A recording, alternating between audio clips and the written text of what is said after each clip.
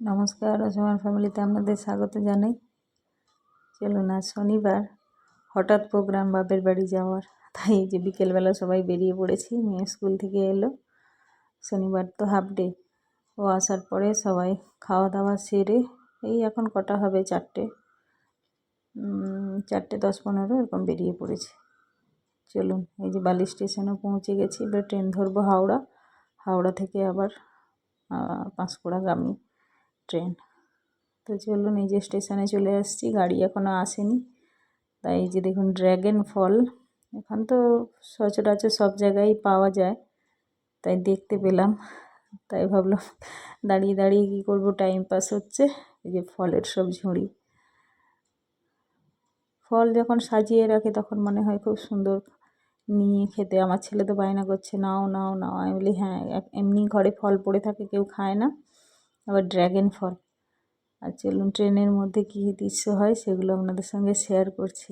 আর এই যে লেডিস কামরায় উঠেছি, ভীষণ ভিড় ছিল, ওই জন্য জেন্টসে উঠতে পারিনি।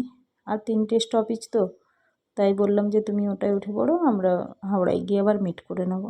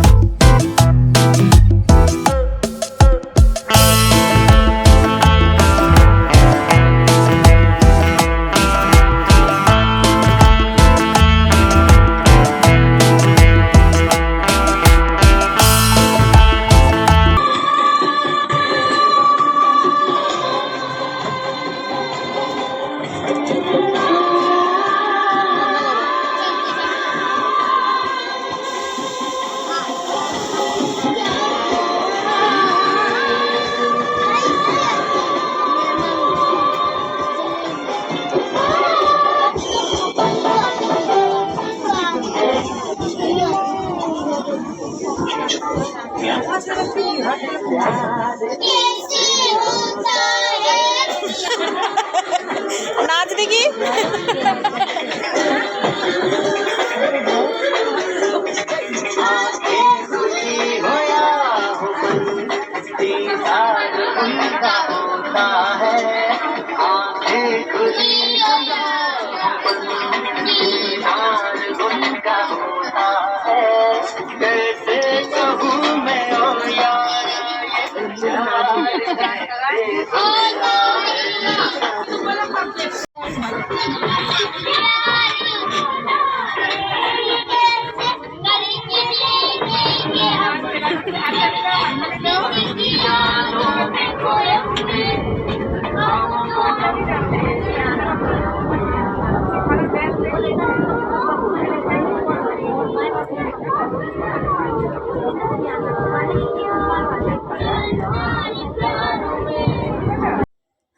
দেখলেন তো ট্রেনের মধ্যে কীরকম এন্টারটেনমেন্ট হলাম সবাই, খুব হাসিও পাচ্ছিল।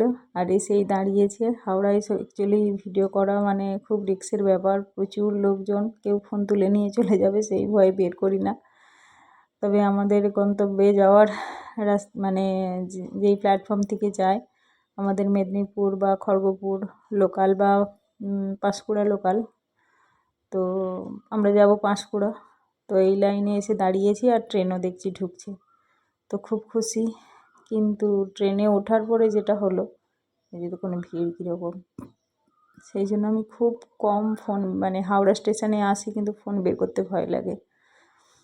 তো পুরো ট্রেন খালি হবেই, মানে একদম শয়ে শয়ে হাজারে হাজারে লোক একসঙ্গে হাঁটা শুরু করে।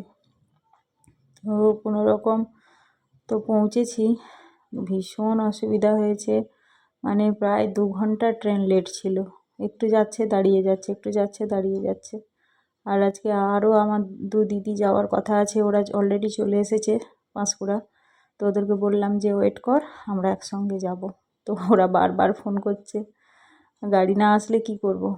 তো ফাইনালি আমরা পাঁশকুড়া পৌঁছে গেছি, ওরা এখানেই আছে, একসঙ্গে আবার টোটো করে যাব।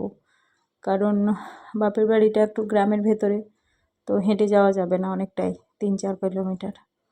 তো টোটো বলা হয়েছে, তাই টোটো চলেও এসেছে। তো আমরা ওই একটুখানি মিষ্টি ফিষ্টি নিয়েই বেরিয়ে যাব।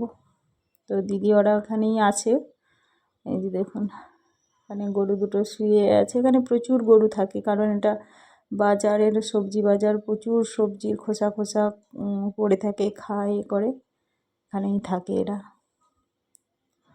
আর মানে হঠাৎ বলতে কোনো প্রোগ্রাম নেই, হঠাৎ করে মনে মনে ফোনে ফোনে কথা হলো যে চল বাপের বাড়ি ঘুরে আসি, ছুটি আছে। হঠাৎই চলে এলাম। আর এখানে দেখুন আর একটা গোমাতা, মিষ্টি দোকানে এরা বললো যে প্রতিদিন একে মিষ্টি দিয়ে তারপরে দোকান খোলে, মানে বউনি করে। তো আজকে বলছে যে দিয়েছে তবুও হচ্ছে না। আর এই যে আমার দিদি, এরা কখন থেকে এসে কখন বেরিয়েছে, এদের বাড়ি কাকদ্বীপ। তো মুখ চোখ একদম শুকিয়ে গেছে। আর একটা দিদি এসেছে, যে হলুদ শাড়ি পরা, ওর বাড়ির সামনে তমলুকে।